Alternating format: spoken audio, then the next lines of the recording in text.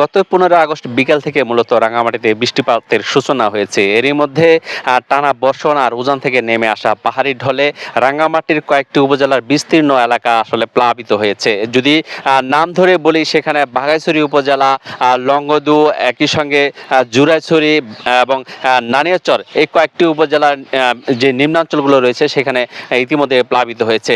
তবে সবচেয়ে বেশি ক্ষতিগ্রস্ত হয়েছে বাঘাইছড়ি উপজেলা, যেখানে এখন পর্যন্ত 30টি গ্রাম প্লাবিত হয়েছে এবং সেখানকার 8টি ইউনিয়ন এবং একটি পৌরসভা, প্রায় নিম্নাঞ্চল সবগুলো ইউনিয়নেই পানি প্রবেশ করেছে এবং সেখানে কয়েক হাজার মানুষ পানিবন্দী অবস্থায় রয়েছেন। সেখানে দুর্গতদের জন্য 55টি আশ্রয়কেন্দ্র খোলা হয়েছে, যেখানে 27টি আশ্রয়কেন্দ্রে এখন পর্যন্ত 2000 মানুষ অবস্থান করছেন। একই সঙ্গে এই টানা বর্ষণে রাঙামাটির সবগুলো উপজেলায় পাহাড় ধসের মতো এক ঝুঁকি তৈরি হয়েছে এবং সেখানে এই ধরনের ঝুঁকিপূর্ণ বাসিন্দাদের নিরাপদ আশ্রয়কেন্দ্রে নিয়ে যাওয়ার জন্য 267টি আশ্রয়কেন্দ্র খোলা হয়েছে, যেখানে এখন পর্যন্ত প্রায় 10,200 জন মানুষ আশ্রয়কেন্দ্রে অবস্থান করছেন। আমি দেখেছি যে গত কয়েকদিনে প্রশাসন থেকে, বিশেষ করে জেলা প্রশাসন, এই ধরনের পরিস্থিতিতে ব্যাপক প্রচারণা চালিয়েছেন, যেখানে আশ্রয়কেন্দ্রগুলোতে অবস্থান নেওয়ার জন্য যারা পাহাড় ধস এবং যে বন্যা দুর্গত যে ঝুঁকিপূর্ণ মানুষ রয়েছেন তাদেরকে আশ্রয়কেন্দ্রে যাওয়ার জন্য। এখন পর্যন্ত যেটি হয়েছে যে সেনা এবং পুলিশের সহায়তায় সেই আশ্রয়কেন্দ্রগুলোতে নিয়ে যাওয়া হয়েছে।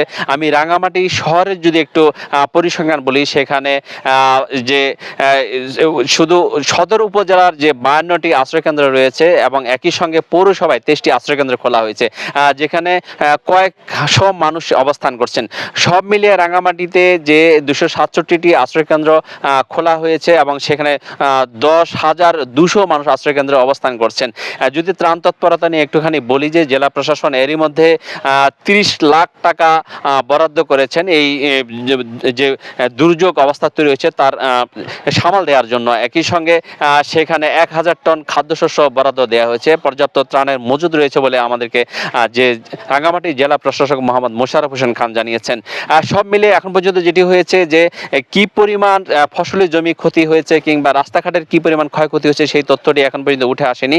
কিছুটা সময় লাগবে, কারণ হিসেবে বলা হচ্ছে যে অনেক ইউনিয়ন পরিষদ এবং অন্যান্য যে ওয়ার্ডগুলো রয়েছে সেখানকার জনপ্রতিনিধিরা আত্মগোপনে আছেন, সেই কারণে এই সঠিক তথ্য পেতে কিছুটা বেগ পেতে হচ্ছে উপজেলা এবং জেলা প্রশাসনকে।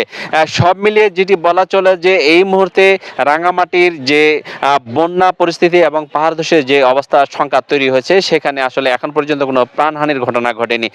মানুষজন নিরাপদে আশ্রয়কেন্দ্রগুলোতে রয়েছেন। প্রশাসন থেকে, জেলা প্রশাসনে বিশেষ করে একটি জরুরি কন্ট্রোল রুম খোলা হয়েছে, যেখান থেকে সার্বক্ষণিক এই বিষয়গুলোকে দেখভাল করছেন।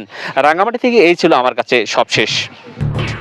এলো খবরের কাগজ, নিখাত, নির্ভীক, নিরপেক্ষ।